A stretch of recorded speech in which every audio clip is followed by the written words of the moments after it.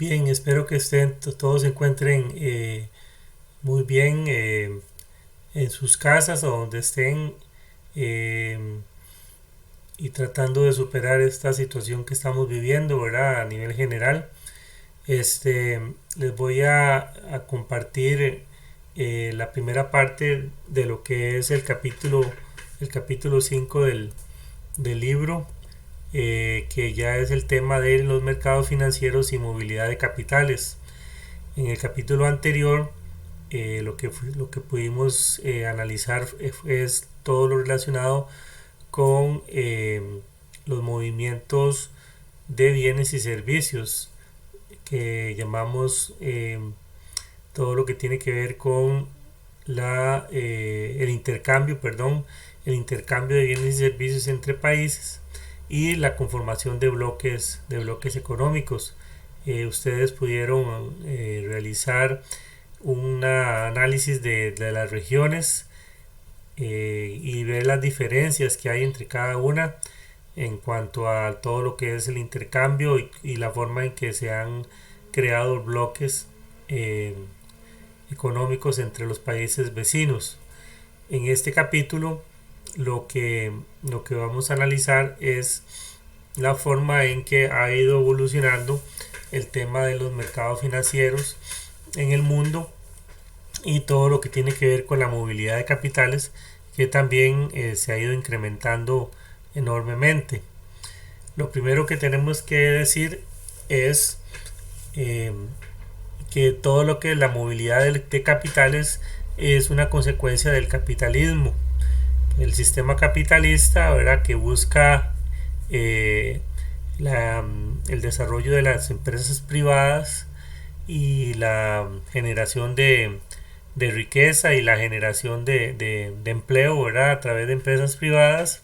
Esto ha provocado que, como lo vimos en la clase, primeramente a través de todo el sistema del Fordismo y posteriormente su transición al postfordismo, cómo las empresas han ido creciendo y se han ido expandiendo por los países.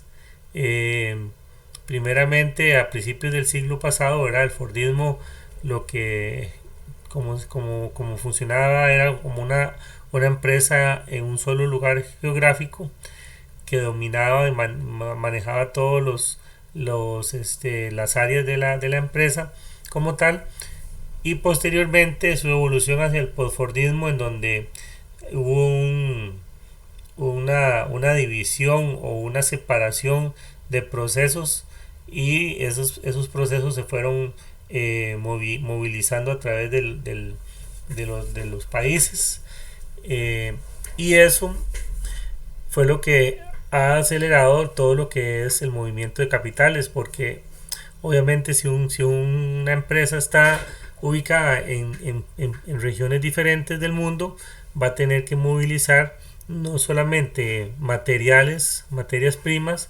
sino que va a tener que movilizar toda una serie de capitales para poder cubrir sus costos y todo lo que tiene que ver también con la venta de los bienes.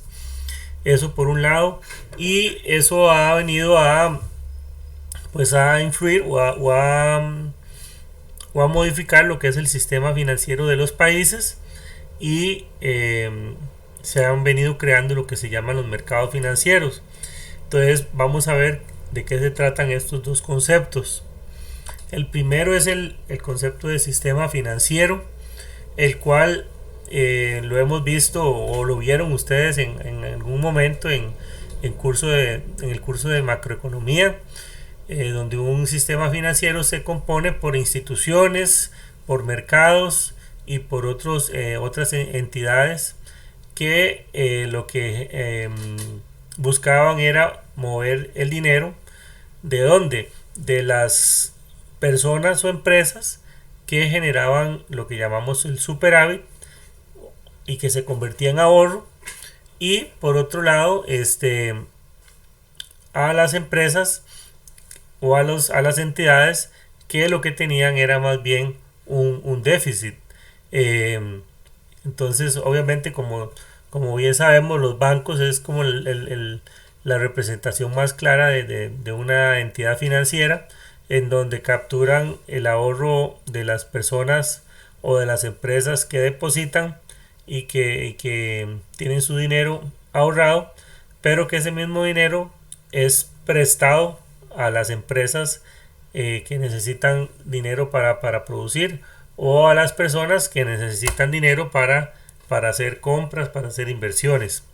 Entonces ese es el fin básico de un sistema financiero, ¿verdad? Movilizar dinero o capital de un lado donde sobra, por decirlo de una forma, a otro lado donde hace falta. Viéndolo como un sistema, en este esquema podemos ver cómo funciona el sistema financiero, donde tenemos intermediarios financieros en la parte de arriba, y abajo tenemos mediadores, comisionistas o corredores. ¿Qué es esto?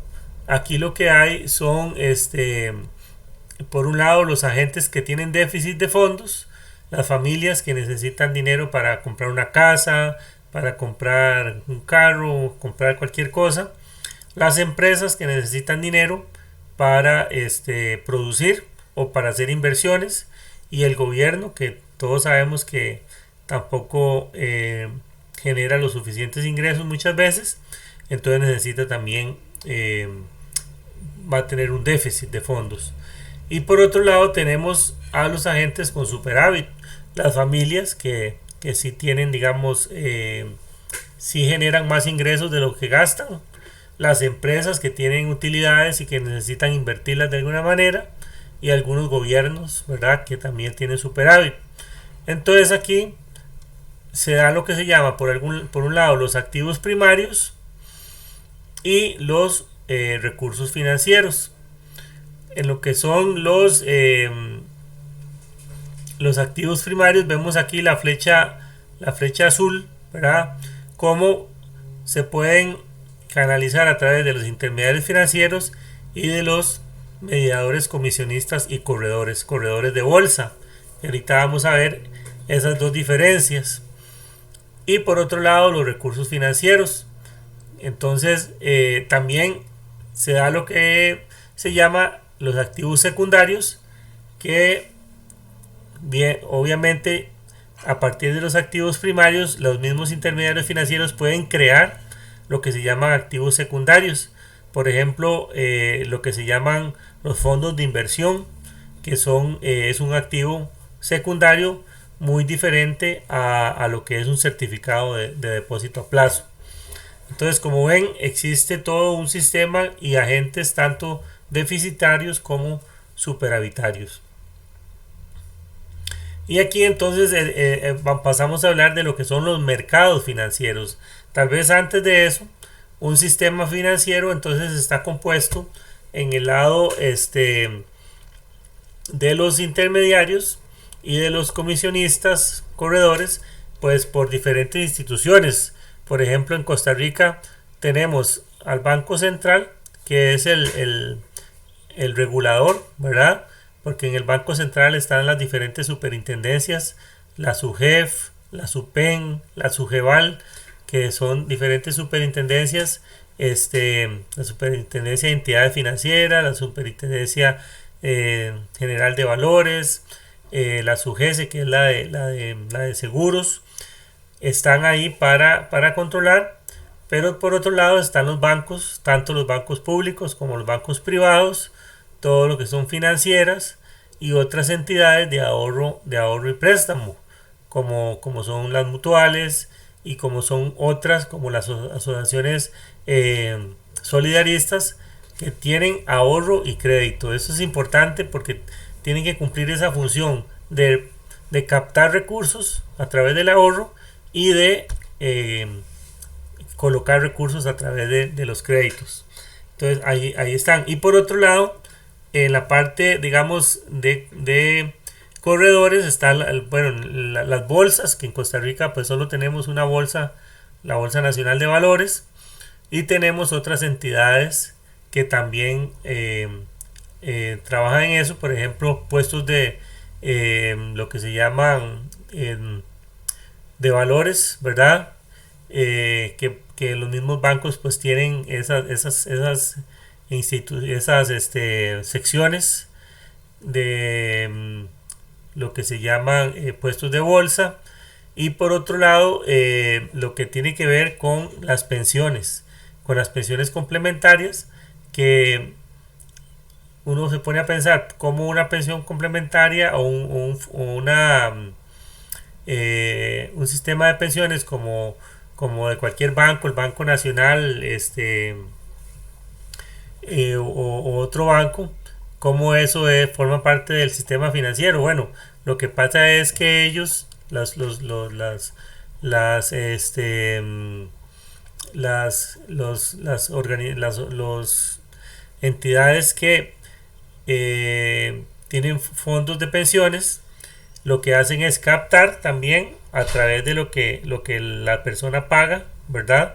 Por esa pensión o por ese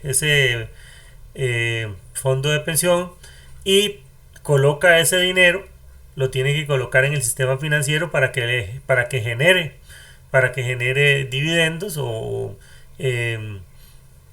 para que genere algún tipo de rendimiento, y entonces de esa manera forma parte del sistema financiero. Por otro lado están los mercados financieros, que también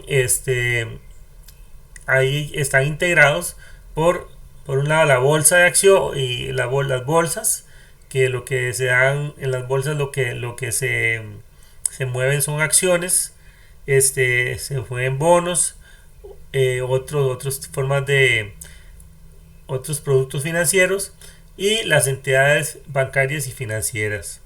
Entonces, ahora, digamos, no es tan viejo, ¿verdad? El tema de otras formas, otros productos financieros que se llaman, algunos son financieros, otros no financieros. Dentro de estos se da el caso de, por ejemplo, valores como lo que se llaman contratos a futuro y contratos de opciones, que son otras formas, otros productos financieros que se utilizan. El contrato futuro es pues cuando una persona o un inversionista, una empresa, hace un contrato para recibir dentro de un tiempo un monto. Entonces él paga y le dicen, bueno, a un futuro usted va a recibir tanto. Entonces ahí está comprando, se llama un contrato futuro. Y contrato de opciones es otro mecanismo que funciona también a nivel de largo plazo. Eso no solamente con dinero se da, sino que también con divisas, ¿verdad? Sino que también esto se utiliza mucho en otro tipo de productos, como por ejemplo el café, el petróleo y otras diferentes commodities, ¿verdad?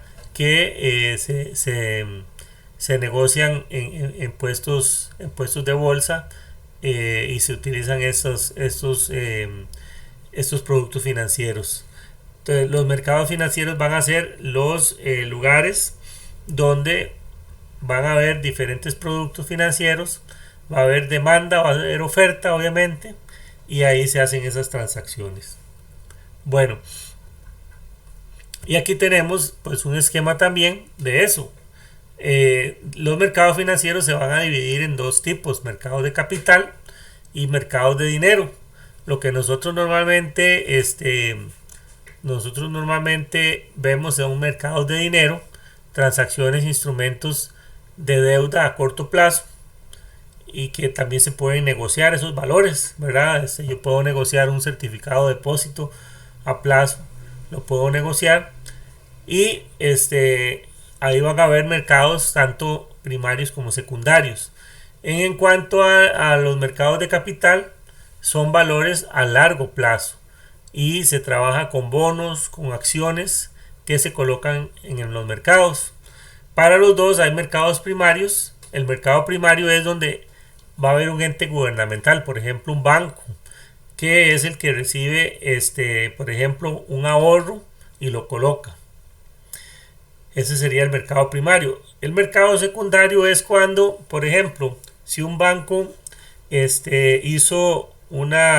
concedió un crédito con una hipoteca, el banco puede tomar esa hipoteca y negociarla en un mercado secundario.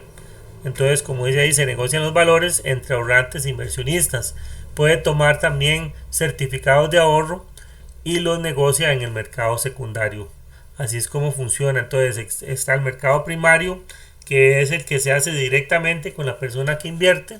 El mercado secundario es cuando se toman esto y se colocan en otros mercados o en otras entidades.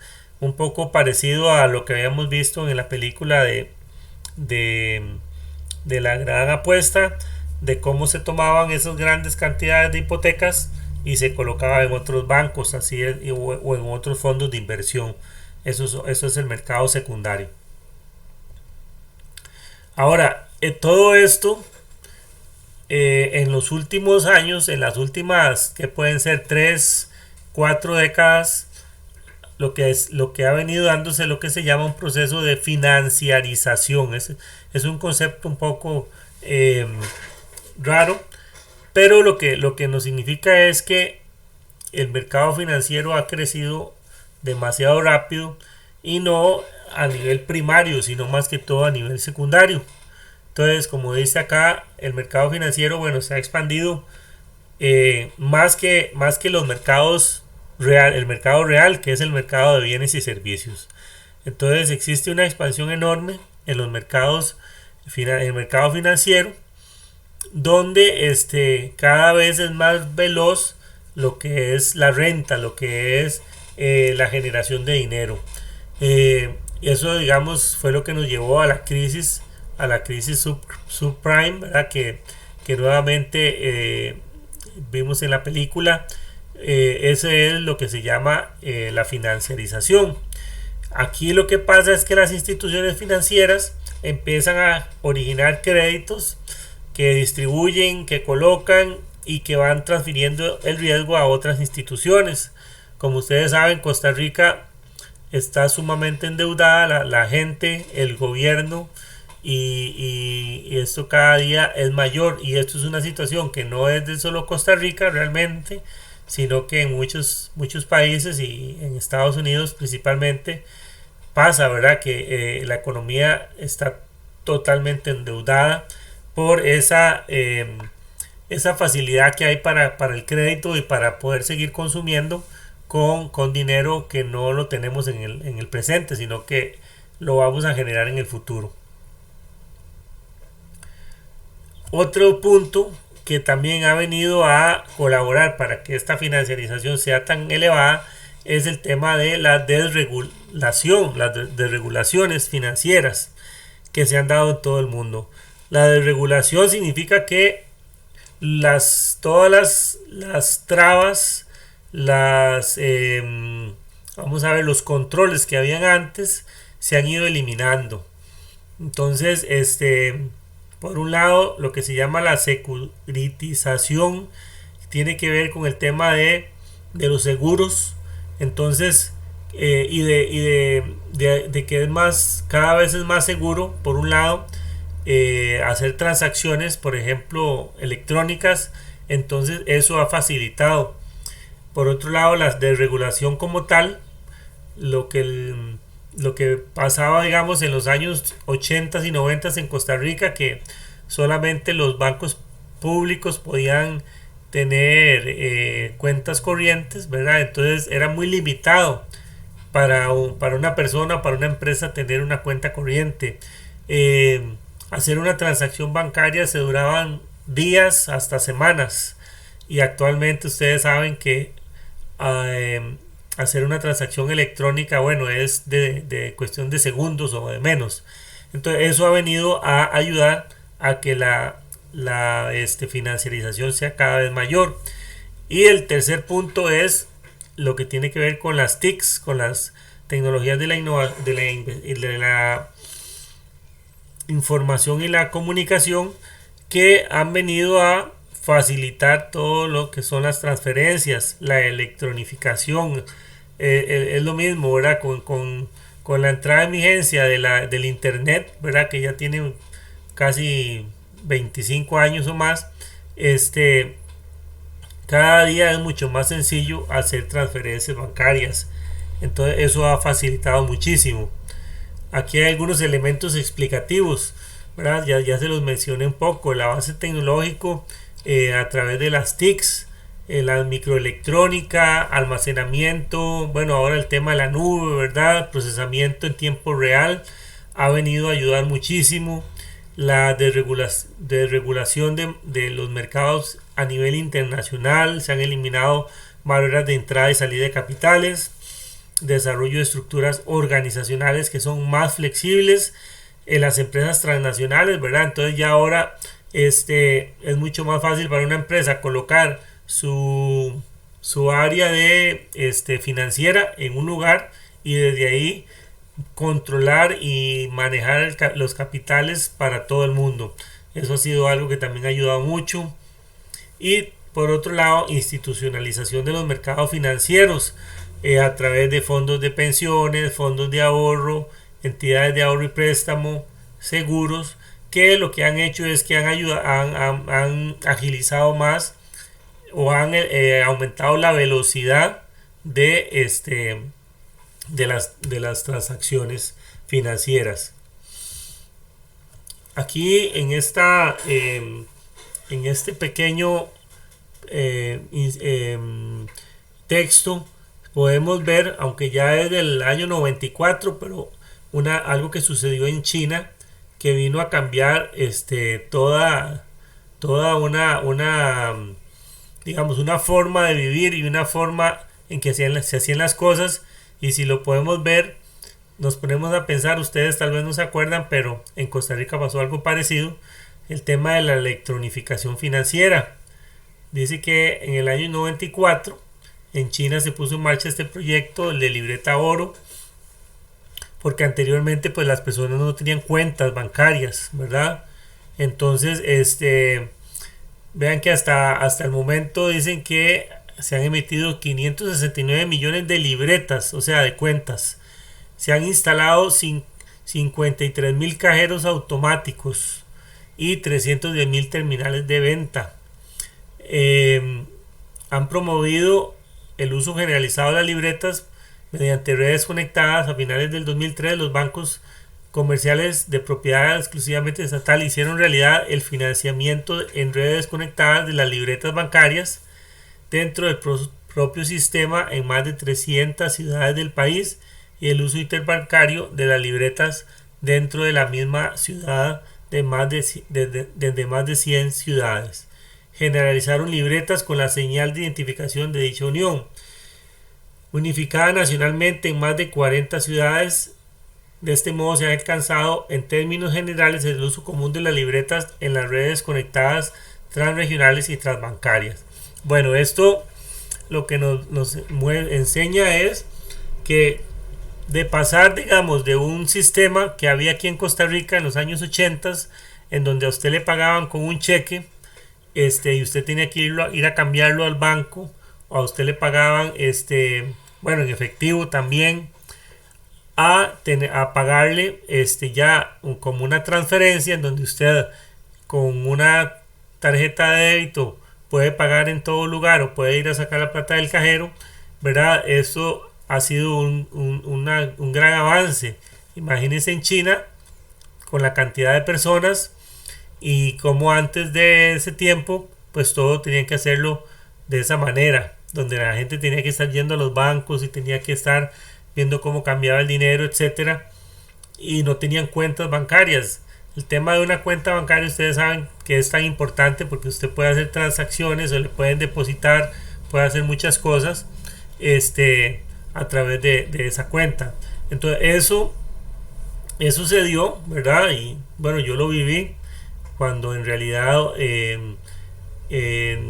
para hacer una transferencia había que ir al banco y había que ir a hacer fila, y aunque todavía hay gente que lo haga, pero ya es muy diferente. Entonces esto ha sido una de las cosas que ha venido a cambiar el tema del movimiento de capitales. ¿Cuál ha sido el efecto de esto, verdad? Entonces, el primero, que ya lo hemos hablado, es el gran crecimiento en los flujos financieros a nivel mundial, ¿verdad? Los flujos financieros han crecido y, como les dije, han crecido mucho más que el flujo comercial, el flujo de bienes y servicios. Han habido grandes o fuertes cambios en los mercados, en las instituciones financieras. Se han dado muchísimos cambios. Se ha dado una innovación a través de nuevas estrategias de inversión, nuevas tecnologías. Muy importante la protección contra problemas, digamos, de delincuencia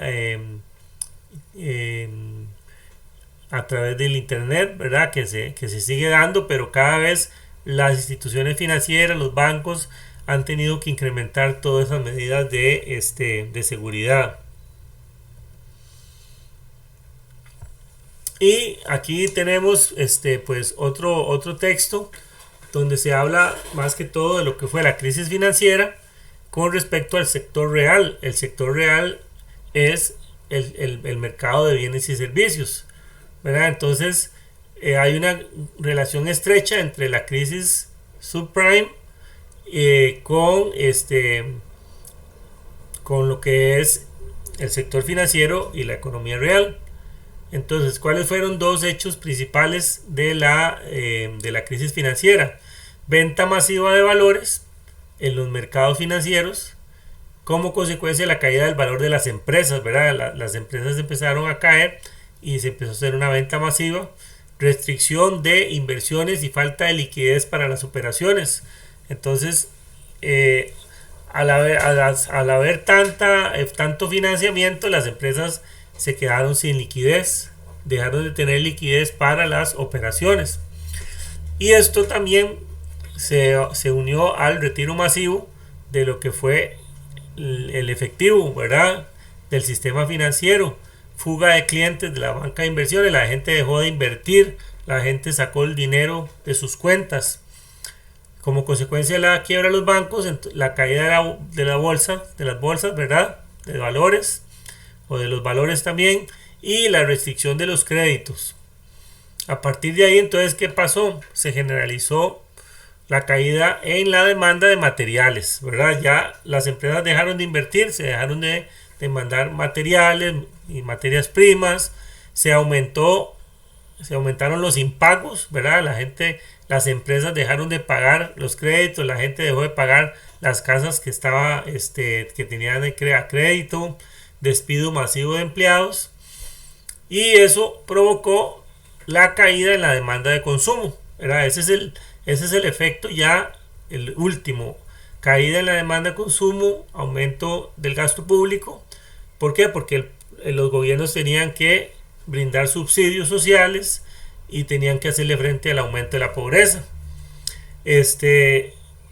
Y como dice aquí, ¿verdad? Nunca había sido tan claro como ahora, como en esta crisis, la importancia de los mercados de capital y de los flujos financieros en todo el desempeño de una economía.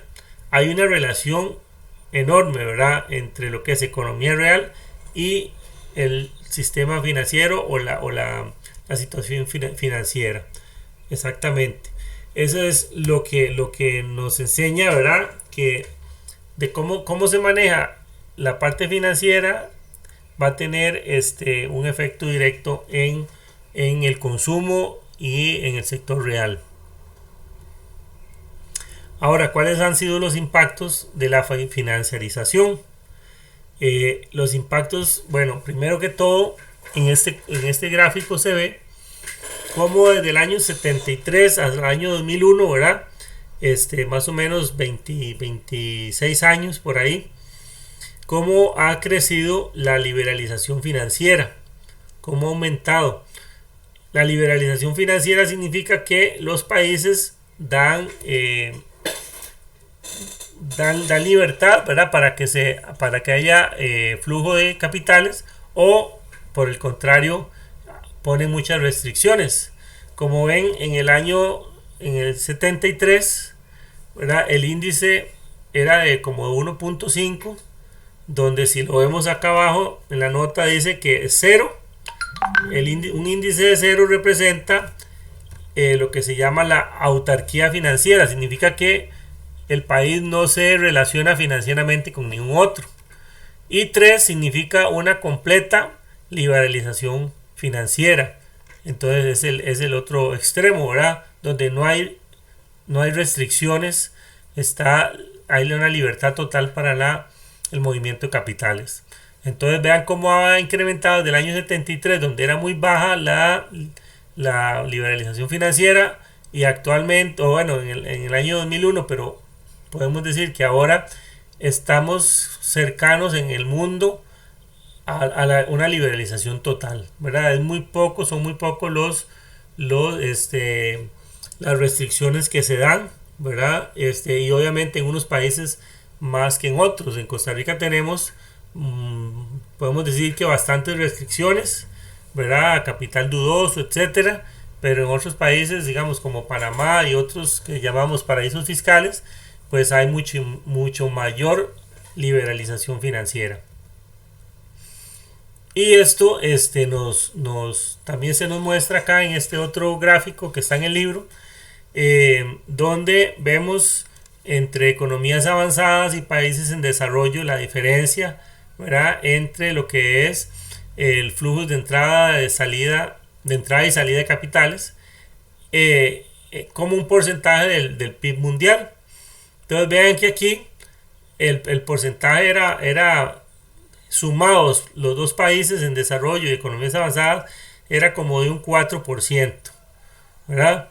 Vean aquí, antes de que explotara la burbuja inmobiliaria, un año antes, como llegaba casi al 20%, ¿verdad?, la entrada y salida de capitales con respecto al PIB mundial.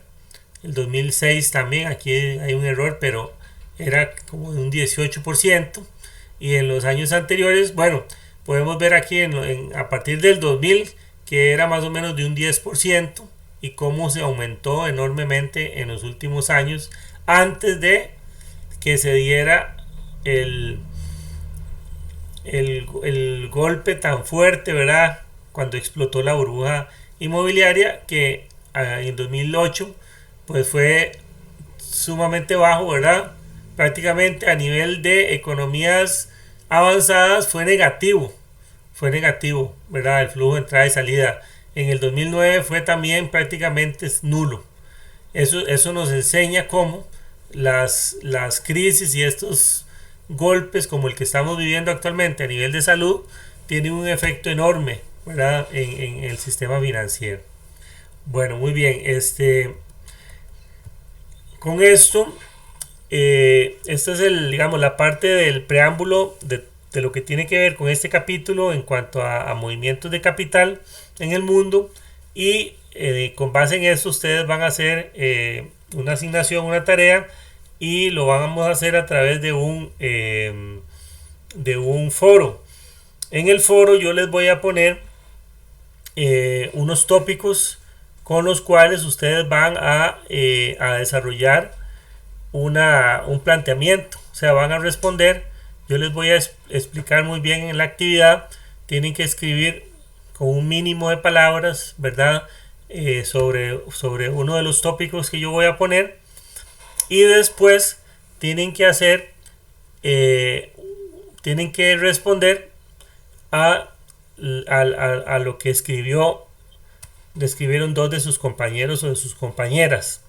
Esto vamos a hacerlo de aquí al domingo, a este domingo que viene, y entonces ese va a ser el trabajo esta semana, pero eso se los voy a indicar bien más claro en la asignación de Classroom. Gracias.